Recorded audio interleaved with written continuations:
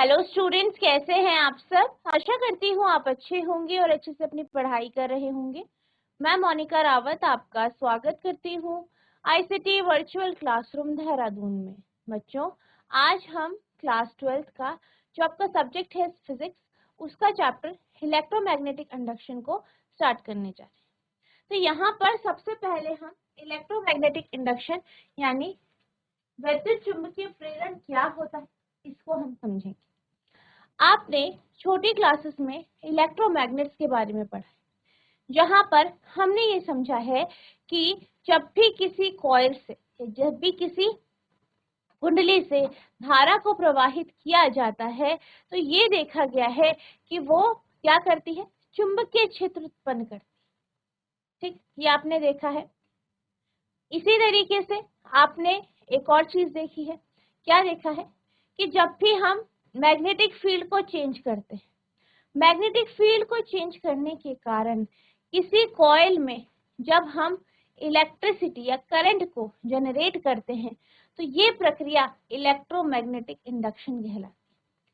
क्या कहा मैंने, हम ये जानते हैं, हमें ऑलरेडी पता है कि धारा, किसी कंडक्टर से धारा प्रवाहित की जाए तो उसके चारों तरफ चुंबकीय क्षेत्र उत्पन्न होते हैं। लेकिन इसी तरीके से अगर हम इसे ऑपोजिटली देखें तो अगर हम चुंबकीय क्षेत्र को चेंज करें, उसमें परिवर्तन लाए, तो ये देखा गया है कि आपके कॉइल में या कुंडली में धारा प्रवाहित होती है और इस प्रक्रिया को हम इलेक्ट्रोमैग्नेटिक इंडक्शन कहते हैं। अब यहाँ पे जैसे कि मैंने बात करी कि हम क्या करें, चुंबकीय क्षेत्र परिवर्तित कर और कॉइल में धारा प्रवाहित हो रही, तो जो धारा कॉइल में प्रवाहित हो रही है उसको हम इलेक्ट्रोमोटिव फोर्स कहते हैं, इंड्यूस्ड इलेक्ट्रोमोटिव फोर्स। ठीक है, विद्युत वाहक बल।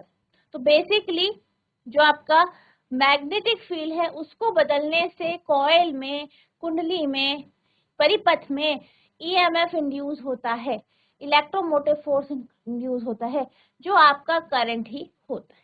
ठीक है, वो आपका आप इंड्यूस्ड ईएमएफ कह सकते हो, आप उसको करंट भी, इंड्यूस्ड करंट भी कह। ठीक, तो ये आपको समझना है। The phenomena of generating current by EMF, generating current EMF by changing magnetic field called electromagnetic induction और EMF।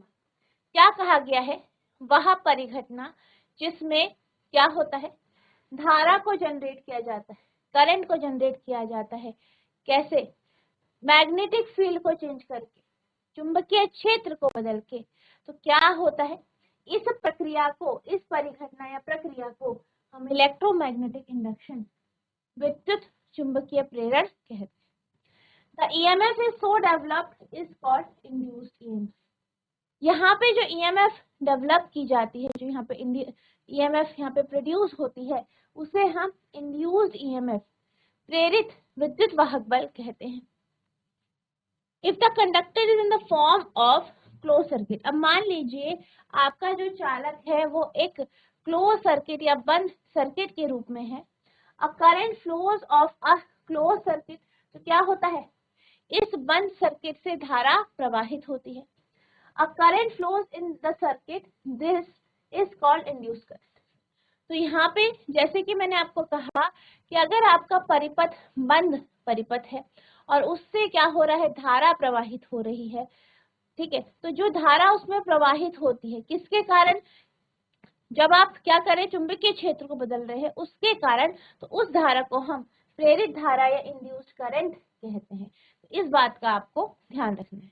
ठीक है, तो यहाँ पे आपके बेसिक कॉन्सेप्ट क्या है, इलेक्ट्रोमैग्नेटिक इंडक्शन क्या होता है, जब आप मैग्नेटिक फील्ड को चेंज करके इलेक्ट्रिक फील्ड या जो है विद्युत क्षेत्र या आप कहे करंट को आप इंड्यूस करते हैं, तो हम कहते हैं इसे जो है जो इलेक्ट्रोमैग्नेटिक इंडक्शन। यहाँ पे जो ईएमएफ इंड्यूस होता है उसे इंड्यूस्ड ईएमएफ कहते हैं। और अगर हम सर्किट की बात करें तो करंट यहाँ पे फ्लो करते हैं, उसे आप इंड्यूस्ड करंट, प्रेरित धारा कहते हैं। ठीक है, तो ये आपका इलेक्ट्रोमैग्नेटिक इंडक्शन का कॉन्सेप्ट है, आप इसे नोट करेंगे।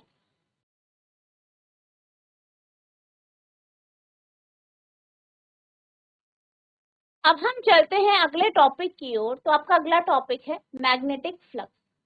चुंबकीय फ्लक्स के बारे में हम यहाँ पे समझेंगे। बेसिकली हमने जो आपका पिछला चैप्टर है उसमें हमने मैग्नेटिक फील्ड लाइंस के बारे में पढ़ा है, चुंबकीय क्षेत्र रेखाओं के बारे में पढ़ा है।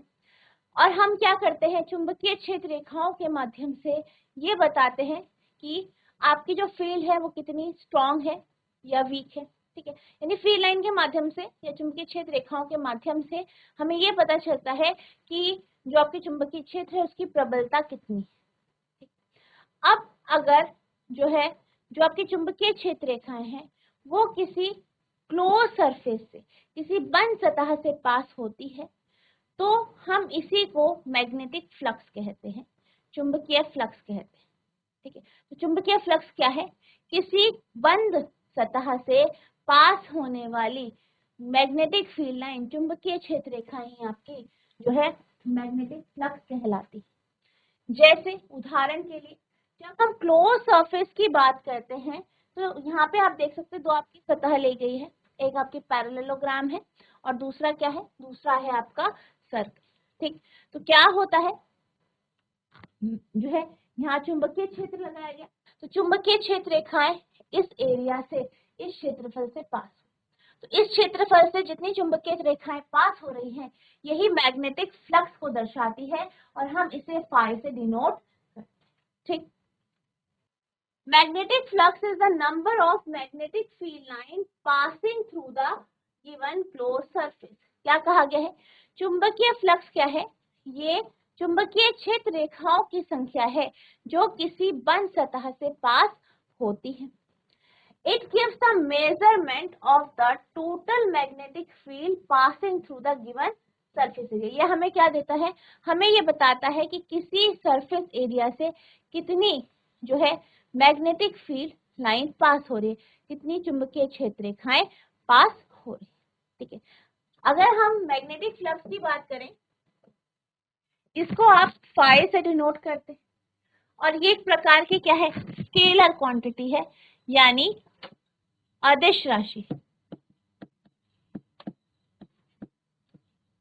ठीक, क्या है, एक प्रकार की अदिश राशि है। ठीक है, तो आपको इससे कंफ्यूज नहीं होना है कि मैग्नेट, जैसे यहाँ पे मैग्नेट बोल रहे हैं हम, तो सारी क्वांटिटीज हमने क्या पढ़ी, वेक्टर, लेकिन यहाँ मैग्नेटिक फ्लक्स क्या है, स्केलर क्वांटिटी है यानी अदिश राशि है, इस बात का आपको ध्यान रखना है। ठीक, तो यहाँ पे कुछ पॉइंट्स हैं, आप इसे नोट करेंगे।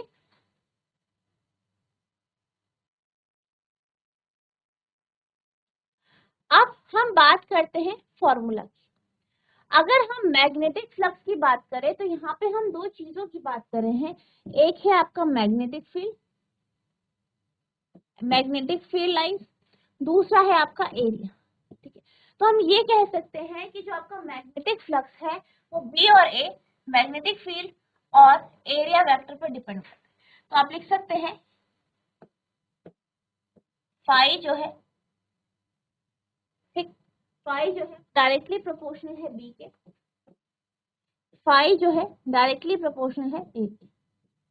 इसके साथ साथ जो फाई है वो थीटा के भी प्रोपोर्शनल है। ठीक, तो फाई जो है आपके कॉस थीटा के डायरेक्टली प्रोपोर्शनल है। तो हम ये कह सकते हैं कि जो फाई है वो आपका बी ए कॉस थीटा आपका फॉर्मूला होगा। ठीक है, आप इसे फाई बराबर बी डॉट ए भी लिख सकते हैं। ठीक, ये भी आप लिख सकते हैं। तो आपको ध्यान रखना है कि जो फाई है वो क्या है, मैग्नेटिक फ्लक्स है, मैग्नेटिक फ्लक्स को हम फाई के रूप में यहाँ पे दर्शाते हैं। ठीक है, इस बात का आपको यहाँ पे ध्यान रखना है। इसके अलावा इसका फॉर्मूला क्या है, the magnetic flux in a magnetic field भी, यानी जो चुंबकीय फ्लक्स है, मैग्नेटिक फ्लक्स है किसमें, बी मैग्नेटिक फील्ड में, through an area D A is given bye, यानी अगर हम मैग्नेटिक फ्लक्स की बात करें, चुंबकीय फ्लक्स की बात करें, ठीक है, जो कि किसके कारण है, चुंबकीय क्षेत्र बी के कारण, और किसी एक एरिया डी ए के पे जो चुंबकीय क्षेत्र या जो चुंबकीय क्षेत्र रेखाएं पास हो रही हैं उसको आप लिख सकते हैं phi B equals to integration B dot A. तो आप इसे कैसे दर्शा सकते हैं, फाई बी बराबर integration B dot D A. ये क्या है, ये मैग्नेटिक फ्लक्स का आपका फॉर्मूला है। अब अगर हम इसके एसआई मात्रक यानी एसआई यूनिट की बात करें तो इसके एसआई यूनिट है वेबर या tesla metre square. Tesla metre square, ठीक, टेस्ला मीटर स्क्वायर लिख सकते हैं आप इसे। डायमेंशन की बात करें तो dimension formula, the dimension of magnetic flux is given bye, यानी मैग्नेटिक फ्लक्स चुंबकीय फ्लक्स का डायमेंशन क्या है आपका, m L2 T-2 A-1। तो ये क्या है, इसका डायमेंशनल फॉर्मूला है, आपको ध्यान रखना है ML2 T-2 A-1। ठीक है, तो ये आपकी मैग्नेटिक फ्लक्स की कुछ बेसिक इंफॉर्मेशन है, नोट करेंगे इसे।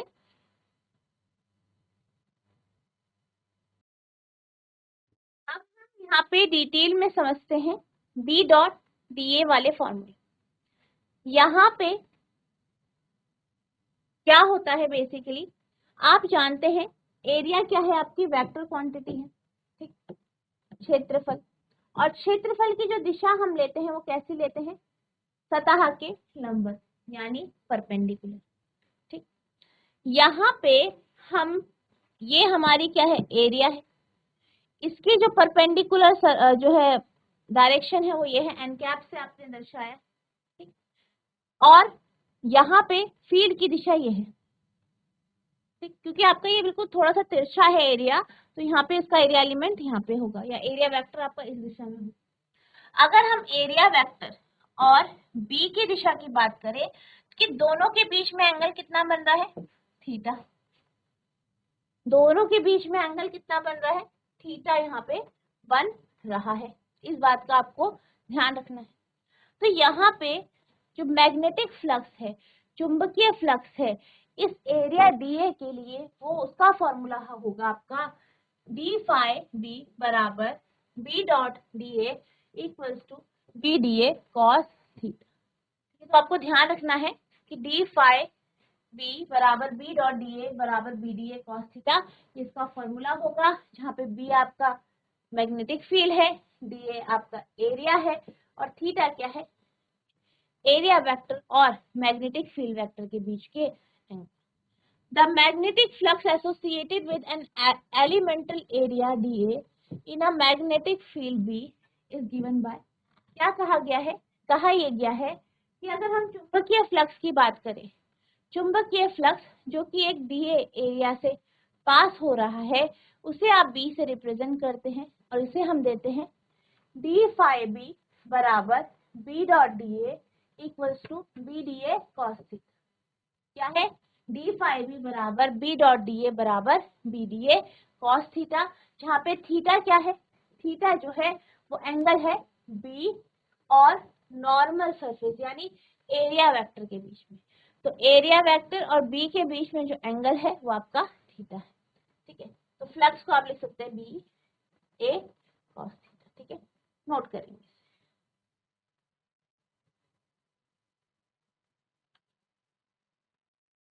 अब हम बात करते हैं जब आपका थीटा 0 डिग्री हो। 0 डिग्री का केस कैसा होगा, मान लीजिए ये आपकी क्या है, एरिया है, क्षेत्रफल है, और इससे आप क्या कर रहे हैं, चुंबकीय क्षेत्र रेखाओं को पास कर। अब जैसे कि आप जानते हैं कि ये इस तरीके से सीधा है, तो यहाँ पे एरिया वेक्टर आपका इस दिशा में होगा, और उसी दिशा में क्या हो रहा है, चुंबकीय क्षेत्र रेखाएं, और दोनों के बीच का एंगल कितना है, 0 डिग्री। अब अगर आप इसे फॉर्मूले में रखें तो आपका फॉर्मूला है डी फाई बी बराबर B D A cos theta. यहाँ पे अगर हम थीटा की बात करें तो थीटा का मान 0 डिग्री है, तो डी फाई बी बराबर हो जाएगा B D A cos 0 degree. Cos 0 कितना होता है, 1 होता है, तो हो जाएगा डी फाई बी बराबर बी डी ए। तो यहाँ पे जो चुंबकीय क्षेत्र है वो आपका बी डी आएगा, जो कि क्या है, आपकी मैक्सिमम वैल्यू है, यानी अधिकतम मान। ठीक, तो ये बात आपको ध्यान रखनी है। ठीक, तो जब भी आपका थीटा 0 होगा, कॉस थीटा आपका 1 होगा, कॉस 0 1 होगा, और आपका जो मैग्नेटिक फ्लक्स है वो मैक्सिमम होगा, यानी अधिकतम होगा।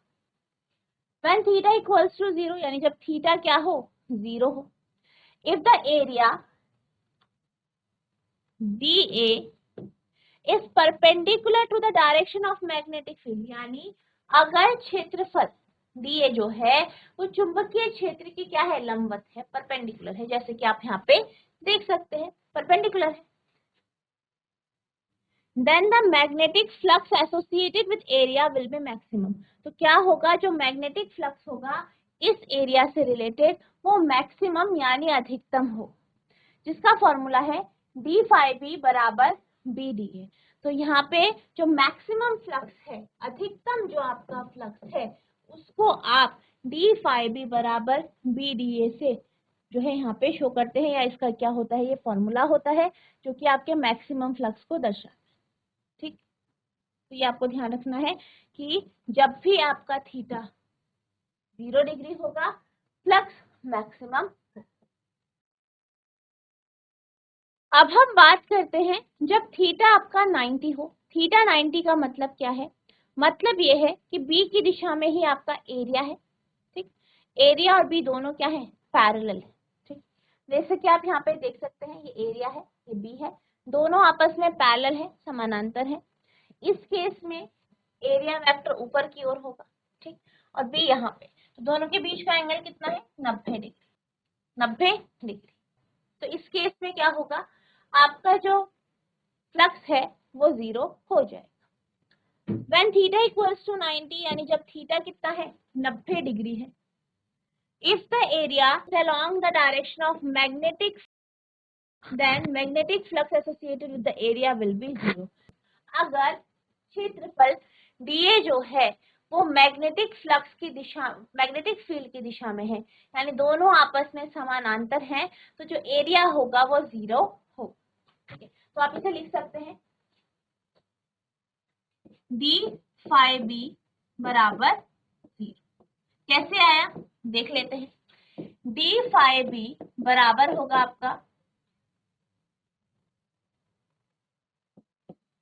या फाई बी ले लीजिए, डी फाई बी ले लीजिए। ठीक है, डी फाई बी बराबर B D A cos theta, theta कितना है, 90 है, तो डी फाई बी बराबर B dot D A cos 90।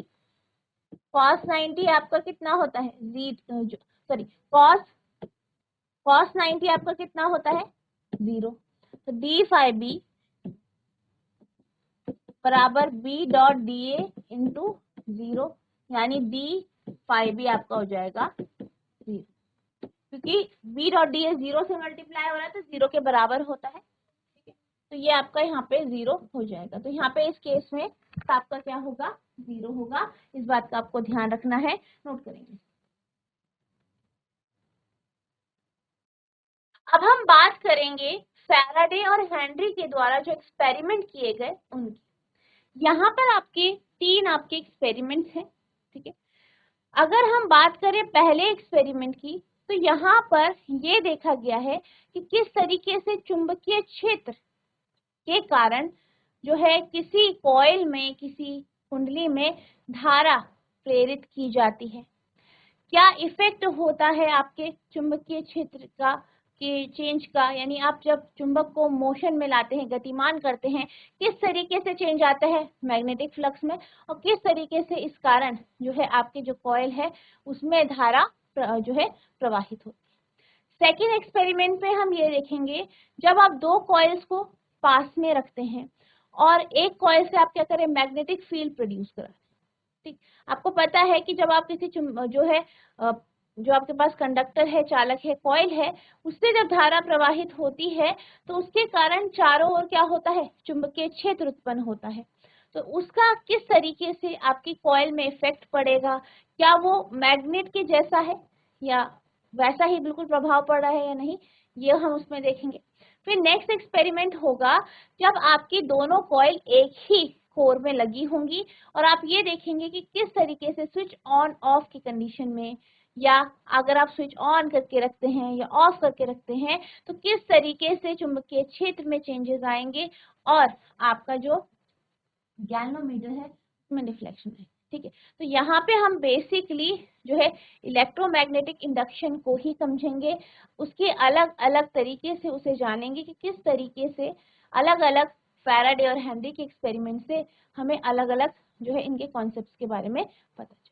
ठीक है, तो सबसे पहले आपका एक्सपेरिमेंट 1 है, जिसमें क्या करना है, आपको एक कॉइल लेनी है, उसको आपको क्या करना है, कोर में लगाना है और नीचे गैल्वेनोमीटर पे फिक्स कर देना।